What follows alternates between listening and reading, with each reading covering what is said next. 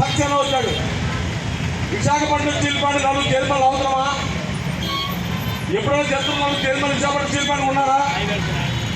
నేను నడిపేది నియమించిన సభ్యులు, మీరు పెట్టుకున్న ప్రభుత్వం కార్మికులు పనిచేయాలా, మీరు బాధ్యత తీసుకోవాలంటే బాధ్యత తీసుకోవాలి. కాబట్టి విశాఖ ఉక్కు 3 లక్షల కోట్ల తీర్చిదిద్ది కార్మికోత్సవం చెప్తా ఉన్నాం. ఈ నేపథ్యంలో కేంద్ర ప్రభుత్వం కూడా చెప్తా ఉంది, సమర్థవంతమైన మేనేజ్మెంట్ పెట్టాలంట. సమర్థవంతమైన మేనేజ్మెంట్ పెట్టేది ఎవరు? మనమా? నిర్ణయం చేసేది మనమా? మేనేజ్మెంట్ ఎవరు ఉండాలనేది స్టీల్ ప్లాంట్లో ఒక ఇన్ఛార్జ్ చైర్మన్ గా భగీజ్ గారు పెట్టారు.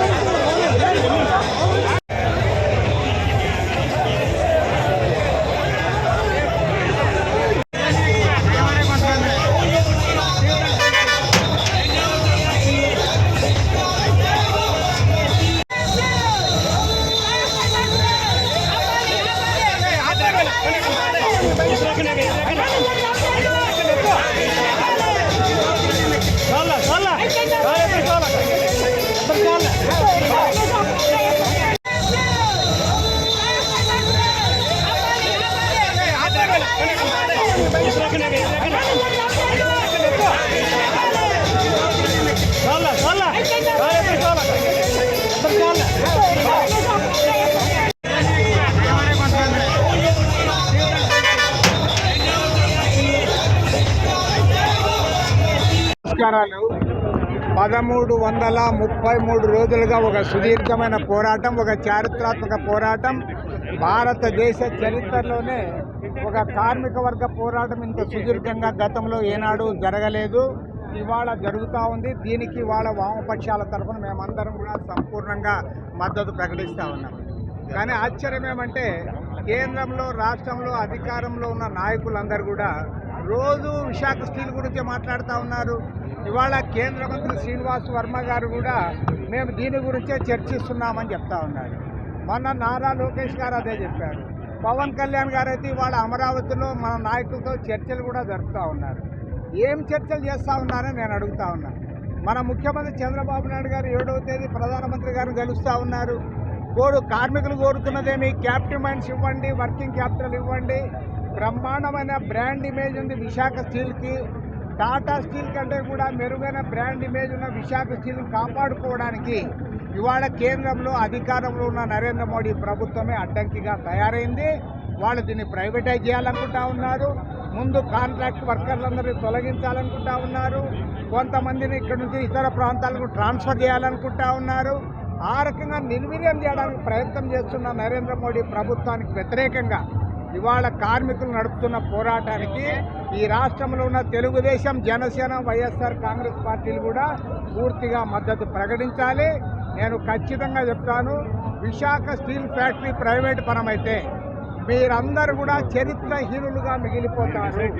పోరాడి సాధించుకున్న విశాఖ ఉక్కు ఫ్యాక్టరీ 32 మంది ప్రాణాలు బలిదానం చేశారు. లక్షలాది మంది తెలుగు ప్రజల పోరాటం ఫలితంగా దీన్ని సాధించుకున్న దాన్ని ఇవాళ ప్రైవేట్ పరం చేసి అంగీకరించేది లేదు. కాబట్టి ముఖ్యమంత్రి గారు 7వ తేదీ నాడు ప్రైమ్ మినిస్టర్ను కలిసి స్పష్టమైన వైఖరి ప్రకటించాలి. కేంద్ర ప్రభుత్వము దీనికి క్యాపిటల్ మైన్స్ ఇవ్వాలి, వర్కింగ్ క్యాపిటల్ ఇవ్వాలి, ప్రైవేట్ పరం కాదని స్పష్టమైన ప్రకటన చేయాలి. లేకపోతే రాష్ట్ర వ్యాప్తంగా దీన్ని వామపక్షాలు, ప్రజా సంఘాలు అందరం కూడా కలుపుకొని మరింత పెద్ద ఎత్తున పోరాటానికి సమాయత్తం అవుతాం. అవసరమైతే చలో అమరావతి కార్యక్రమాన్ని కూడా నిర్వహిస్తాం. ఈ ప్రభుత్వాలు దిగి వచ్చేంత వరకు కూడా మా పోరాటాన్ని కొనసాగిస్తాం. దీన్ని 3 బ్లాస్ట్ ఫర్నేస్లు పూర్తి స్థాయి ఉత్పత్తి సాధించేందుకు అవసరమైనటువంటి పెట్టుబడిని, గనులని సాధించుకొని రావాలి అని చెప్పి మేము కోరుతున్నాము. ఇది రాష్ట్ర ప్రభుత్వ బాధ్యత. మీరు కేంద్రంలో అధికారంలో ఉన్నారు, రాష్ట్రంలో అధికారంలో ఉన్నారు. మీరు విఫలమైతే రాష్ట్ర ప్రజలు, విశాఖ ప్రజలు మిమ్మల్ని క్షమించరు. దీన్ని అత్యధిక ప్రయారిటీగా పెట్టుకొని ఢిల్లీకి వెళ్ళి మోడీ కాళ్ళు పట్టుకుంటారా, గడ్డం పట్టుకుంటారా, లేదా అక్కడ దీక్ష చేస్తారా, అది మీరు పద్ధతి మీరు నిర్ణయించుకోండి. కానీ సాధించుకొని రావాలి. ఇది మొత్తం 5 కోట్ల మంది ప్రజల యొక్క హృదయ ఘోష. విశాఖ ఉక్కు మూతపడితే ఆంధ్రప్రదేశ్కి తాళం వేసినట్టే. ఈరోజు తిరుపతి లడ్డూ కోసం పవన్ కళ్యాణ్ గారు 11 రోజులు దీక్ష చేశారు. నా విజ్ఞప్తి ఏంటంటే మీరు విశాఖ ఉక్కు కోసం 11 గంటలనే దీక్ష చేయండి. మీకు ఢిల్లీలో మేడి దగ్గర పలుకుబడి ఉంది. ఆ పలుకుబడిని ఉపయోగించి ఈరోజు మీరు అందరిని పిలిచారు కదా, వాళ్ళకి చెప్పండి నేను దీన్ని ఆపేస్తాను, పూర్తి స్థాయిలో నిలబెడతానని చెప్పని. అందుకోసం ఆయన కూడా ప్రజల తరఫున నిలబడి దీక్ష చేయాలి విశాఖ ఉక్కు ప్రైవేటీకరణకు వ్యతిరేకంగా. అప్పుడైనా సరే రాష్ట్రం కేంద్రం కదిలి వస్తుంది. రాష్ట్రం యొక్క ప్రయోజనాలు నిలబడతా. లేకపోతే వికసిత భారత్, వికసిత ఆంధ్రప్రదేశ్ అని అర్థం లేదు.